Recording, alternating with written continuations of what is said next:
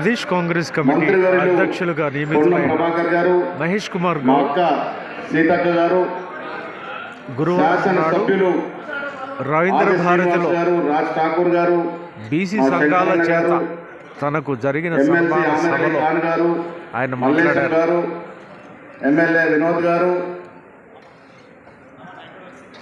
జిల్లా కాంగ్రెస్ కమిటీ అధ్యక్షుడు రోహిన్ రెడ్డి గారు, వేదికపై ఉన్నటువంటి సీనియర్ కాంగ్రెస్ నాయకులందరికీ, కార్పొరేషన్ చైర్మన్లందరికీ, జిల్లా కాంగ్రెస్ కమిటీ అధ్యక్షులందరికీ, యువజన కాంగ్రెస్ ఎన్ఎస్ఏ సేవాదళ్ అధ్యక్షులందరికీ, మాజీ మంత్రివర్యులకి, కార్యకర్తలందరికీ, మా బీసీ ఎస్సీ ఎస్టీ మైనారిటీ బిడ్డలందరికీ నమస్కారాలు. రాహుల్ గాంధీ వదిలిన బీసీ బాణాన్ని నేను ఎందుకు చెప్తా ఉన్నానంటే,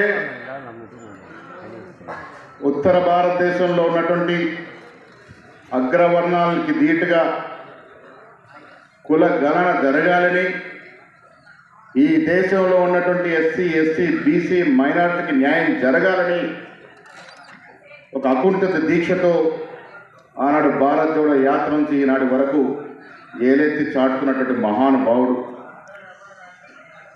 ఈ రకంగా చేస్తున్నాడు కాబట్టే చంపేస్తామని బెదిరిస్తున్నటువంటి సందర్భం ఇవాళ.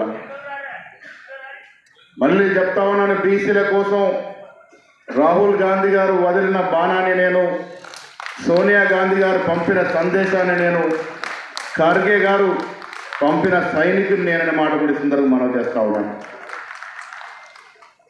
నేను ఒక దాంట్లో చాలా విశ్వాసం పెడతాను, వేరే కులాల్ని వేరే మతాల్ని కించపరచకుండా మనం పుట్టిన కులం కోసం, మనం పుట్టిన మతం కోసం ఎదగాలని, వారికి సేవ చేయాలని ఉగలాట పడడం తప్పులేదు. కానీ ఎప్పుడు కూడా వేరే కులాల్ని వేరే మతాల్ని కించపరచకుండా నొప్పించకుండా ఉండాల్సిన బాధ్యత మనది. ఇవాళ బీసీల విషయంలో, భవిష్యత్తులో బీసీలకు రావాల్సిన హక్కుల విషయంలో ఎక్కడ కూడా కాంప్రమైజ్ ఉండదనే మాట మీ అందరికి నేను ఆశ్వాసం ఇస్తా ఉన్నాను. ఇవాళ సోనియా గాంధీ గారు, ఖర్గే గారు, రాహుల్ గాంధీ గారు, కేసీ వేణుగోపాల్ గారు చాలా సందర్భాల్లో చర్చించి నన్ను ఒక ధ్యేయంతో నన్ను పిసిసి అధ్యక్షుడిగా చేసినారు. ఆ ధ్యేయాన్ని మరవకుండా, ఆ ధ్యేయాన్ని ఎక్కడ డివైడ్ కాకుండా వారు కోరిన విధంగా పనిచేస్తూ ముందుకు పోవాలనేదే నా తపన. రాహుల్ గాంధీ గారు పదే పదే చెప్తా ఉన్నారు, జిస్కి జిత్ని ఆబాదీ ఉన్కి ఉత్ని భాగేదారి. ఎవరు చెప్తారండి మాట? ఎవరి వల్ల సాధ్యమవుతుంది? ఇలా వారు ఆ నినాదం ఎత్తుకునేసరికి 10 ఏళ్లుగా బీసీలను అనగదొక్కిన కేటీఆర్, కేసీఆర్ ఇలా బీసీల కులగనం గురించి మాట్లాడుతూ ఉన్నారు. మీరు 10 ఏళ్ళు అధికారుల నుండి ఎందుకు బీసీల గురించి కార్యక్రమాలు చేయలేకపోయినారు? ఎందుకు లోకల్ బాడీలో రిజర్వేషన్ 42 నుంచి 23% తగ్గించినారు? మీరు జవాబు చెప్తే కానీ మీరు బీసీల గురించి మాట్లాడే హక్కు లేదని మాట్లాడుతాను. మనం చేస్తాం. దమ్ముందా మీకు రేపు బీసీని మీ రాష్ట్ర అధ్యక్షుడిగా నియమించుకునే అవకాశం ఉందా మీ దగ్గర? బీసీ బిడ్డను నియమించగలుగుతారా? ఇలా ఛాలెంజ్ చేస్తా ఉన్నాను కేసీఆర్ గారికి. దమ్ముందా మీకు ఒక బీసీని రాష్ట్ర అధ్యక్షుడిగా చేసేటట్టు అవకాశం మీ దగ్గర ఉందన్న మాటను అడుగుతా ఉన్నాను. బీజేపీ వారు, బండి సంజయ్ అనే వ్యక్తి ఒక బీసీ బిడ్డ, యాక్టివ్గా పనిచేస్తున్నట్టు తరుణం. ఎందుకు తప్పించినారు మీరు? ఇదా మీకున్న ప్రేమ బీసీల మీద?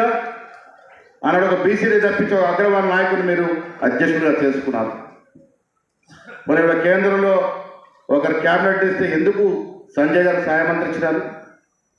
ఇదా మీకు బీసీలు ఉన్న ప్రేమ? వీళ్ళన్ని పార్టీలు మాట్లాడుతూ ఉన్నారు, బీసీల గురించి మాట్లాడుతున్నారు, ఎస్సీల గురించి మాట్లాడుతున్నారు, ఎస్టీల గురించి అరే ఇందిరాగాంధీ కన్నా గొప్ప ఛాంపియన్ ఎవరున్నారు ఈ దేశంలో? ఎస్సీ ఎస్టీ బీసీ మైనారిటీ వర్గాల గురించి ఛాంపియన్ చేసిన ఘనత ఈ దేశంలో ఎవరున్నారని అడుగుతా ఉన్నాను. ఇవాళ కేంద్రంలో బీజేపీ వారు, రాష్ట్రం టీఆర్ఎస్ వారు ఎప్పటికప్పుడు కళ్ళబొల్లి కబుర్లు చెప్తా ఉన్నారు. ఈ దేశంలో ఒక బీసీల గురించి మాట్లాడినప్పుడు ఒక జ్యోతిబా పూలే, ఒక నారాయణ స్వామి గురుస్వామి, రాష్ట్రంలోకి వస్తే గౌతమ్ లచ్చన్న, ధర్మభిక్షం లాంటి ఎందరో మహానుభావులు బీసీల కోసం పాటుపడేటువంటి సందర్భం. ఇవాళ వేదిక పడిన విహెచ్ఆర్ కానీ, కేశవరావు గారు కానీ, యువకులైనటువంటి పొన్నం ప్రభాకర్ కానీ, ఆది శ్రీనివాస్ కానీ, వాళ్ళ రాజు కానీ, శంకర్ కానీ, మేము కానీ బీసీల కోసం ఎందుకు పోటీ పడతా ఉన్నాం? ఈ రాష్ట్రం అందరిది అని నమ్మే వ్యక్తులం మేము. ఈ రాష్ట్రం అన్ని కులాలు, అన్ని వర్గాలు, అన్ని మతాలని నమ్మే వ్యక్తులం మేము. ఆ సిద్ధాంతం, ఆ మూల సిద్ధాంతం కాంగ్రెస్ పార్టీది అనేటువంటి మాట కూడా ఈ సందర్భంగా మనవి చేసుకోవాలి. ఇలా రాష్ట్రం విషయానికి వచ్చినప్పుడు మీ అందరికీ తెలుసు, రేవంత్ రెడ్డి గారికి నాకున్న సాన్నిధ్యం. రేవంత్ రెడ్డి గారు ఎన్నికలకు ముందు ఆయన పిసిసి అధ్యక్షుడు తర్వాత ఒక మాట కూర్చున్నప్పుడు ఒక మాట చెప్పినాడు, నన్ను నమ్మండి, సోషల్ ఇంజనీరింగ్లో నేను ఏ విధంగా చేస్తున్నా చూడండి అన్నమాట. కమిటీలో కూడా అదే కూర్పు జరగడం జరిగింది. మీ అందరూ తెలుసు, కామారెడ్డిలో బీసీ డిక్లరేషన్ నా ద్వారా ఆయన చదివించినాడు. కొన్ని మార్పులు చేయొచ్చి సభ్యుల ఇంట్లో కూర్చుని ఆగమేఘాల మీద, ఎందుకంటే అప్పుడే సిద్ధరామయ్య గారు వచ్చేస్తా ఉన్నారు. మార్పులు చేర్పులు జరుగుతున్న వేళ కొన్ని సెన్సిటివ్ విషయాలు నేను మాట్లాడినప్పుడు, లేదన్నా మీరు పెట్టేయండి, నేను చెప్తున్నా కదా, దాంట్లో ఏం సమస్య లేదండి, ఆ అంశం చేర్చండి నేను గట్టిగా చెప్పినటువంటి సందర్భం. రేవంత్ రెడ్డి గారి కమిట్మెంట్ బీసీల పట్ల ఆ విధంగా దాన్ని మాటేసిందో మనవి చేస్తా ఉన్నాం. కాంగ్రెస్ పార్టీ మూల సిద్ధాంతాన్ని నమ్మే ప్రతి కార్యకర్త, ప్రతి నాయకుడు ఈ రకంగా ఉంటారు, ఉండాలని కూడా నేను సందర్భంగా మనవి చేస్తా ఉన్నా. ఇలా రాహుల్ గాంధీ ఆ ఆలోచన ఈ దేశంలో అందరికీ సమానత్వం రావాలి, ఆ దశగా ఆయన ప్రయత్నం చేస్తున్న వేళ ఇవాళ మహిళా కళాశాలకి చాకిలి ఐలమ్మ పేరు పెట్టుకున్న సందర్భం, కాళోజీని స్మరించుకునే సందర్భం. ఈ రాష్ట్రంలో కాంగ్రెస్ ప్రభుత్వం రేవంత్ రెడ్డి గారి ఆధ్వర్యంలో నడుస్తాము. రేవంత్ రెడ్డి గారు కానీ, నేను కానీ, ఇక్కడ ఉన్న సీతక్క కానీ, ప్రభాకర్ కానీ, ఎవరు సైనికులం? మేమంతా కూడా రాహుల్ గాంధీ గారి సైనికులు. రాహుల్ గాంధీ గారి దశ దిశ అదే మాకు మార్గం, ఆ దశగానే పోతామనే మాట ఈ సందర్భంగా మనవి చేస్తా ఉన్నాం.